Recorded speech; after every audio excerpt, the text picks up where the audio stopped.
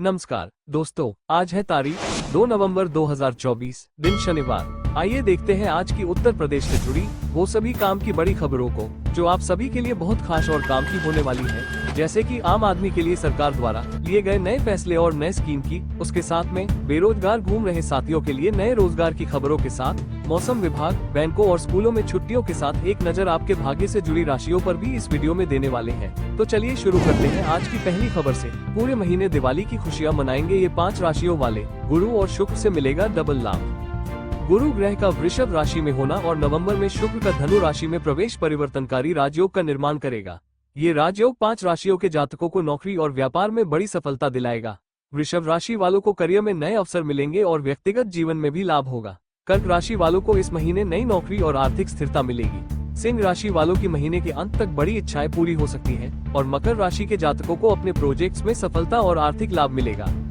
एक और बड़ी खबर आ रही है दोस्तों, आपको बता दें 1 नवंबर से राशन कार्ड धारकों के लिए नियम में बदलाव। जानिए क्या होंगे नए प्रावधान। 1 नवंबर से राशन कार्ड धारकों को मिलने वाले गेहूं और चावल की मात्रा में बदलाव होने जा रहा है। अब 3 किलो चावल और 2 किलो गेहूं की बजाय 2.5 किलो गेहूं और 2.5 किलो चावल मिलेगा। इसके साथ ही अंत्योदय कार्ड धारकों के लिए भी नए बदलाव किए गए हैं। पहले जहां 14 किलो गेहूं और 21 किलो चावल मिलता था, अब 18 किलो गेहूं और 17 किलो चावल मिलेगा। ये बदलाव सरकार की नई व्यवस्था के तहत लागू किया जाएगा। चलिए नजर डालते हैं एक और बड़ी खबर पे। दीपावली पर यूपी के 34,000 से अधिक राज्य कर्मचारियों का वेतन रोका गया। जानिए कारण। यूपी सरकार ने दिवाली से पहले सभी कर्मचारियों को वेतन देने के निर्देश दिए थे, लेकिन 34,459 राज्य कर्मियों का वेतन रोक दिया गया है। इन कर्मचारियों ने अभी तक अपनी चल अचल संपत्ति का वार्षिक ब्यौरा मानव संपदा पोर्टल पर नहीं दिया है। सबसे अधिक प्रथम और द्वितीय श्रेणी के अधिकारियों ने ब्यौरा नहीं दिया है, जिसके कारण वेतन रोकने का फैसला लिया गया है। सभी कर्मचारियों को 2023 तक की संपत्ति का ब्यौरा जमा करना अनिवार्य था। अब इधर देखिए, अगली खबर आ रही है। यूपी में धान की खरीद आज से शुरू, किसानों को मिलेगा 48 घंटे में भुगतान।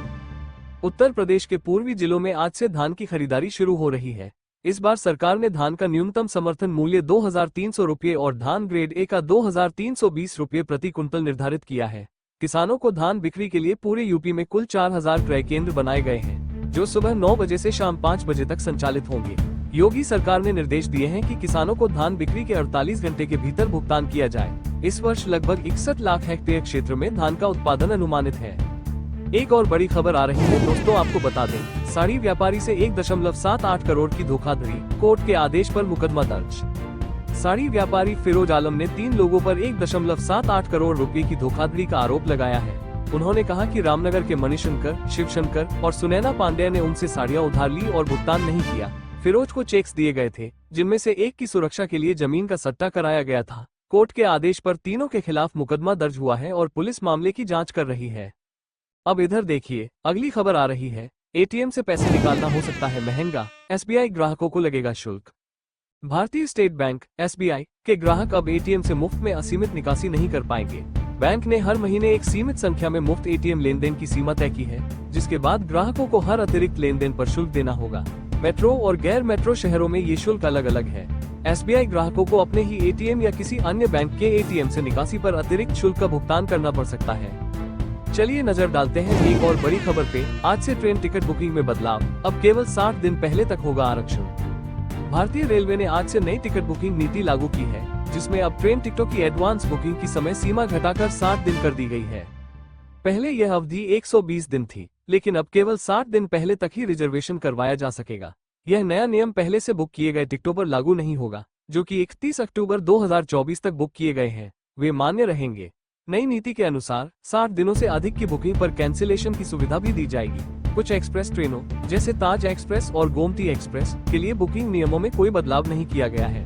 विदेशी पर्यटकों के लिए भी 365 दिन की बुकिंग सीमा बनी रहेगी। एक और बड़ी खबर आ रही है दोस्तों, आपको बता दें सीएम योगी का बयान, यूपी और दिल्ली में बड़ी सियासी हलचल। उत्तर प्रदेश के मुख्यमंत्री योगी आदित्यनाथ ने दीपावली के अवसर पर वनटांगिया गांव में ग्राम पंचायतों के लिए 185 करोड़ रुपए की 74 विकास परियोजनाओं का उद्घाटन किया। इस दौरान दिए गए एक बयान ने यूपी, दिल्ली और बिहार में सियासी हलचल बढ़ा दी है। सीएम योगी ने लोगों से सतर्क और एकजुट रहने की अपील करते हुए कहा कि अगर बांटने वाली ताकतों को मौका दिया गया तो वे फिर से गुंडागर्दी और दंगों का माहौल बना सकते हैं। उन्होंने ये भी कहा कि ये लोग बेटी बहनों की सुरक्षा और गरीबों की संपत्ति पर खतरा पैदा कर सकते हैं। विपक्षी दलों ने इस बयान पर कड़ी प्रतिक्रिया दी है और इसे सामाजिक विभाजन की कोशिश बताया है। अब इधर देखिए, अगली खबर आ रही है। योगी सरकार का बड़ा तोहफा, नए साल पर गंगा एक्सप्रेसवे से जुड़ेंगे 12 जिले।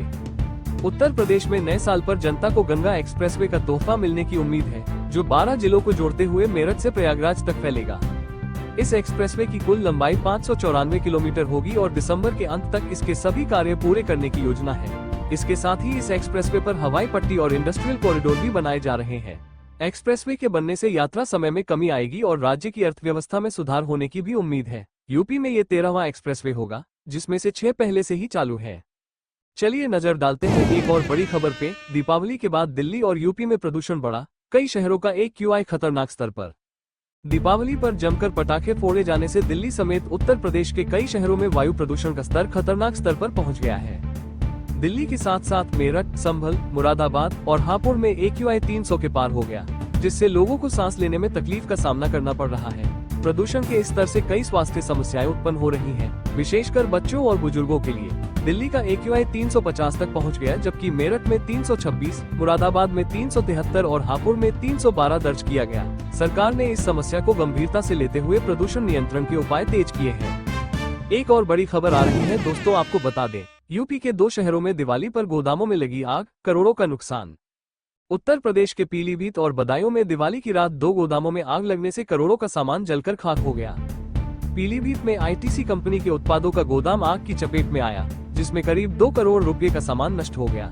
दमकल की 4 गाड़ियों ने आग पर काबू पाने में घंटों मशक्कत की। वहीं बदायूं में एक इलेक्ट्रिकल सामान के गोदाम में आग लगने से लगभग 50 लाख रुपए का नुकसान हुआ।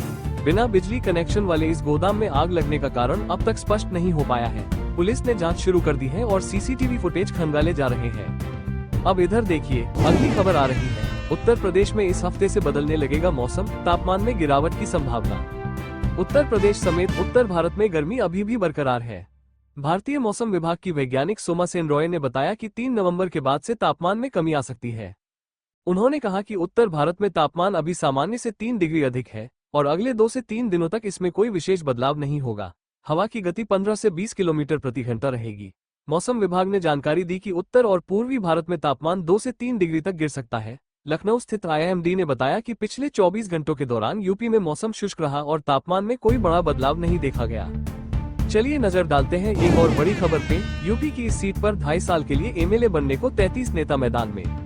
उत्तर प्रदेश की 9 विधानसभा सीटों पर 13 नवंबर को होने वाले उपचुनाव के लिए नाम वापसी के बाद अब कुल 90 उम्मीदवार बचे हैं। सबसे ज्यादा 33 प्रत्याशी मीरापुर सीट पर मैदान में हैं। चुनाव आयोग ने जानकारी दी कि 18 अक्टूबर को अधिसूचना जारी हुई थी और नामांकन पत्रों की जांच 28 अक्टूबर को हुई।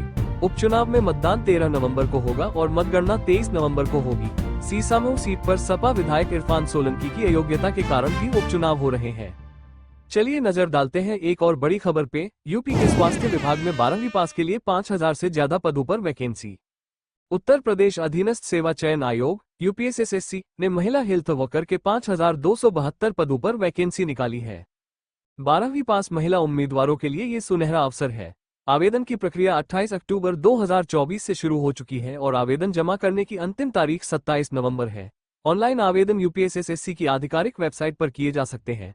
आवेदन प्रक्रिया के दौरान 4 दिसंबर तक करेक्शन का अवसर भी मिलेगा। इस वैकेंसी के लिए उम्मीदवारों का UPSSSC PET 2023 परीक्षा पास होना जरूरी है। एक और बड़ी खबर आ रही है दोस्तों, आपको बता दें, गोरखपुर में नकली नोट छापकर बाजार में चला रहे थे 5 आरोपी गिरफ्तार। गोरखपुर के बेलीपार इलाके में 100 और 500 रुपए के नकली नोट छापकर बाजार में चलाने वाले 5 लोगों को पुलिस ने गिरफ्तार किया है।